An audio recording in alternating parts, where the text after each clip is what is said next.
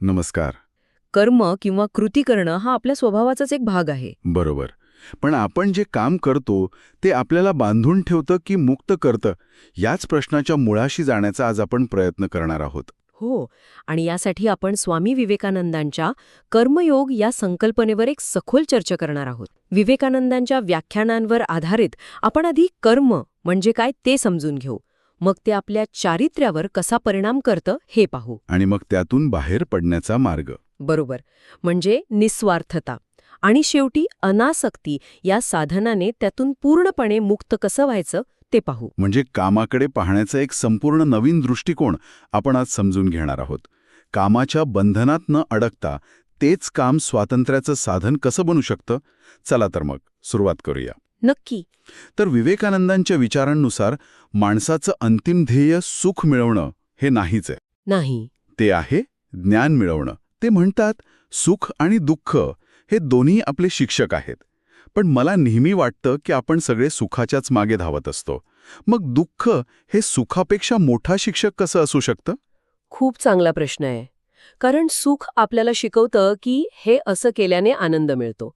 पण ते आपल्याला थोडं समाधानी आणि निष्क्रिय बनवू शकतं. अच्छा. या उलट दुःख आपल्याला खोलवर विचार करायला भाग पाडतं. ते आपल्याला प्रश्न विचारायला लावतं. हे कसं का घडलं? मी कुठे चुकलो? हो, बरोबर. आणि या मंथनातूनच ज्ञानाचा खरा उदय होतो. विवेकानंद म्हणतात की ज्ञान बाहेरून येत नाही, ते आपल्या आतच असतं. आपण फक्त त्यावरचं आवरण दूर करतो.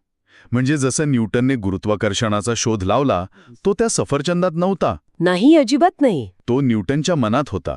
सफरचंद पडण्याची घटना ही फक्त एक निमित्त ठरली. अगदी तसंच. आणि विवेकानंदांच्या भाषेत सांगायचं तर आपली प्रत्येक मानसिक आणि शारीरिक कृती म्हणजे प्रत्येक कर्म हे एका आघातासारखं आहे.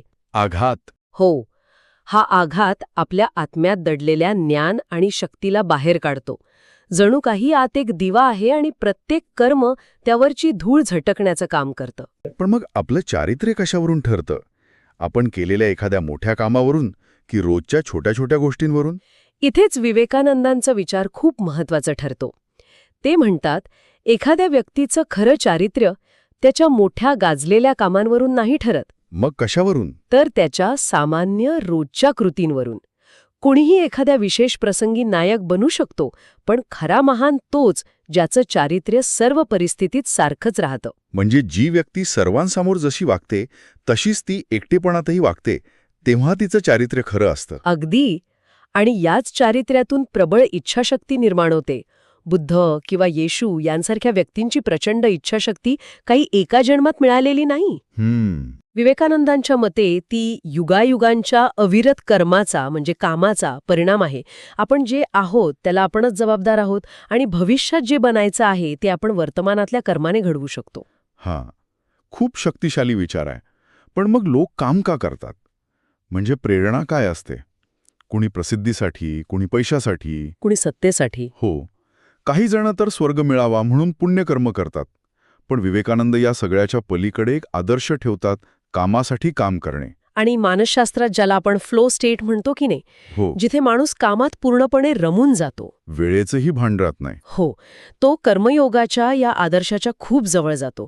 तिथे फळाची चिंता नसते, फक्त कामाचा आनंद असतो. असे लोक प्रत्येक देशात आढळतात आणि ते त्यांच्याच शब्दात पृथ्वीवरील मिठासारखे असतात. पण इथे एक व्यावहारिक प्रश्न येतो. जो निस्वार्थपणे काम करतो त्याला मिळतं काय? कारण आजच्या जगात प्रत्येक गोष्टीचा हिशोब मांडला जातो. खरंय. आणि निस्वार्थतेचा फायदा लगेच दिसत नाही. त्यासाठी संयम लागतो. विवेकानंद आत्मसंयमाच्या शक्तीचं महत्त्व पटवून देण्यासाठी एक सुंदर उदाहरण देतात. कोणतं? ते म्हणतात, 4 घोडे जोडलेली गाडी उतारावरून वेगाने धावू देणं सोपं आहे. पण त्या उधळलेल्या घोड्यांना काबूत ठेवण्यात खरी शक्ती दिसते. अच्छा. म्हणजे स्वार्थी हेतूने बाहेर जाणारी आपली ऊर्जा ही त्या उधळलेल्या घोड्यांसारखी आहे. ती वाया जाते. अगदी बरोबर. पण जेव्हा आपण तिला संयमित करतो तेव्हा तीच ऊर्जा एका प्रचंड इच्छाशक्तीत बदलते. आणि हीच इच्छाशक्ती मग बुद्ध किंवा ख्रिस्तासारखं चारित्र्य घडवते. हो. आणि गीतेतील शिकवण इथे अचूक बसते. कर्म करण्याचा अधिकार आपल्याला आहे, पण त्याच्या फळांवर नाही. हा विचार आपल्याला परिणामांच्या चिंतेतून मुक्त करतो. पण सतत काम केल्यानं येणारा थकवा, ताण याचं काय? विश्रांती नको का? कर्मयोगाचा आदर्श निष्क्रियता नाही. खरा आदर्श आहे अत्यंत कार्यमग्नतेतही वाळवंटातील शांतता अनुभवणं. हे कसं शक्य आहे? विचार करा, जो व्यक्ती मोठ्या शहराच्या गजबजाटात रहदारीच्या मध्यभागीही आपलं मन एखाद्या शांत गुहेप्रमाणे स्थिर ठेवू शकतो आणि तरीही तीव्रतेने काम करत राहतो. त्याने कामाचं खरं रहस्य जाणलं आहे असं समजावं. बरोबर. शहराच्या गजबजाटात शांत राहण्याची ही कल्पना खूपच शक्तिशाली आहे.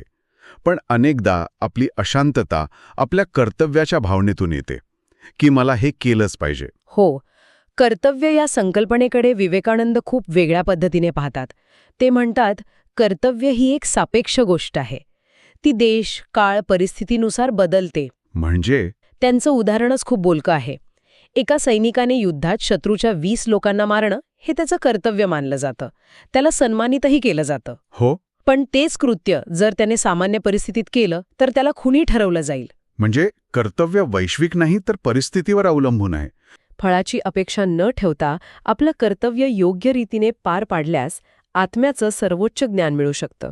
कामाच्या स्वरूपापेक्षा ते करण्यामागची वृत्ती जास्त महत्वाची आहे. पण मग निस्वार्थ कर्तव्याचा अर्थ असा होतो का की आपण जगाला मदत करत सुटावं? इथे विवेकानंद एक धक्कादायक पण महत्वाचा विचार मांडतात. ते म्हणतात, आपल्याला वाटतं की आपण जगाला मदत करतोय. पण खरं तर आपण स्वतःलाच मदत करत असतो. अगदी. हे जग आपल्या मदतीची वाट पाहत नाहीये. ही निस्वार्थ सेवा म्हणजे एक नैतिक व्यायाम आहे, ज्यामुळे आपण स्वतः शुद्ध होतो. म्हणून देणारा धन्य होतो, घेणारा नाही. आणि जगाला सुधारण्याच्या, सरळ करण्याच्या अट्टहासामुळेच धर्मांधता जन्माला येते, हो ना? नक्कीच. यावर त्यांनी एक मार्मिक गोष्ट सांगितली आहे. एका माणसाला एका भूताकडून काम करून घ्यायचं असतं. ऋषी त्याला अट घालतात की त्या भूताला सतत कामात गुंतवून ठेव, नाहीतर ते तुला खाऊन टाकेल. अच्छा. भूताने राजवाडे बांधण्यापासून सगळी कामं क्षणात पूर्ण केली. आता तो माणूस घाबरला, तेव्हा ऋषींनी उपाय सांगितला. काय? त्याला एका कुत्र्याची वाकडी शेपूट सरळ करायला सांग. आणि ते तर अशक्यच आहे. बरोबर. भूताने खूप प्रयत्न केले, पण शेपूट पुन्हा वाकडं. शेवटी भूत इतकं थकून गेलं की त्याने त्या माणसाची सुटका केली. विवेकानंद म्हणतात, हे जग त्या कुत्र्याच्या वाकड्या शेपटीसारखं आहे. ते कधीही पूर्णपणे सरळ होणार नाही. म्हणजे धर्मांधता तेव्हाच जन्माला येते जेव्हा आपल्याला वाटतं की जगाला सरळ करण्याची जबाबदारी आपलीच आहे. हो, आणि ते शक्य आहे असं वाटतं. हा धर्मांधता टाळण्याचा एक मोठा धडा आहे. जर आपण जगाला सुधारू शकत नाही आणि फक्त आपलं कर्तव्य करायचं आहे, तर त्या कर्तव्याच्या फळांमध्ये न अडकणं म्हणजे अनासक्त राहणं हे खूप महत्वाचं ठरतं. हो, गीतेचा हाच मध्यवर्ती विचार आहे. कारण आपण जे काही काम करतो ते आपल्या मनात एक संस्कार मागे सोडतं, आणि या संस्कारांची बेरीज म्हणजेच आपलं चारित्र्य.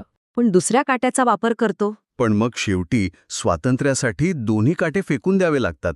म्हणजे चांगल्या संस्कारांच्या बंधनावरही विजय मिळवावा लागतो. कारण सोन्याची साखळी सुद्धा एक बंधनच आहे. अगदी. पण हे प्रत्यक्षात आणणं खूप कठीण वाटतं. अनासक्त कसं राहावं? यासाठी विवेकानंद एक दृष्टिकोन देतात. या जगात एका प्रवासाप्रमाणे काम करा. हे जग, ही निसर्गसृष्टी आपल्या आत्म्याच्या शिक्षणासाठी आहे. आत्मा निसर्गासाठी नाही. आपण इथे एक पुस्तक वाचायला आलो आहोत. ज्ञान मिळालं की पुढे जायचं, त्या पुस्तकातच अडकून राहायचं नाही. बरोबर. पण मग प्रेम, माया या भावनांचं काय?